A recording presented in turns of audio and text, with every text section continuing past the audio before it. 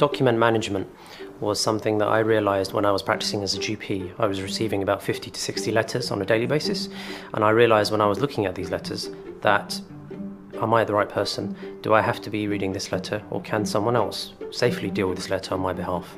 So that's what springboarded document handling as a process. The admin staff were given a new way of working, and they were much more autonomous in terms of how they worked. They were able to make decisions on a daily basis that they weren't used to making before. It's obviously increased my knowledge in the clinical side of things. I also feel that I'm able to action what the doctor can, so stuff that doesn't need a doctor, I can probably action it, so it's just easier for the patient as well. The reception staff are empowered to open all the letters, take out all the duplicates, and then look at the remaining letters. What's involved is them making a judgment as to who that letter should be sent to. It could be a healthcare assistant, it might be a nurse, or finally it might be a doctor. Clerical staff have always been used to receiving documents, but not necessarily having such a big role in what happens with that letter. So we needed to make sure that the process was really safe, so that the right letters were being seen by the right members of the team. So there was really in-depth work done with the admin staff in order that they would be properly able to assess the letters and not miss things that were important.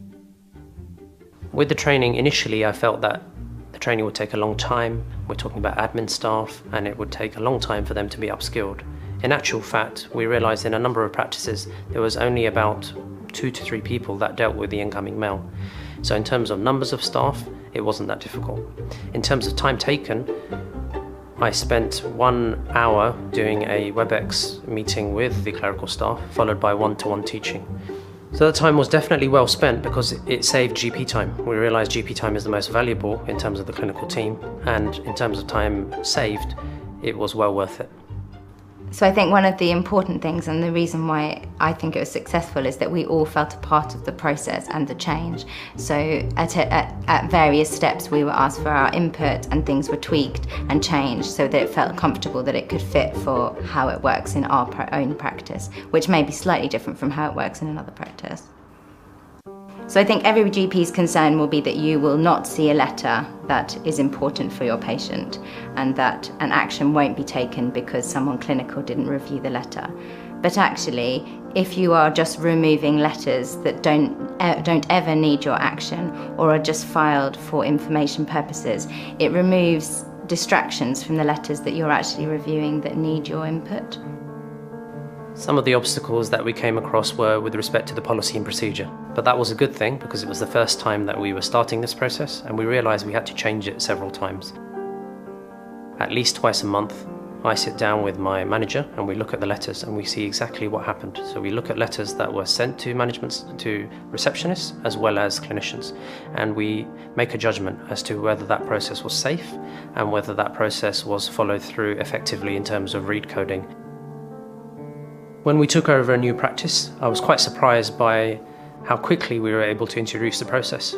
Within 1 week, I was able to train the admin staff, talk to the clinicians, put all the processes in place, and the document handling was fully incorporated within that practice.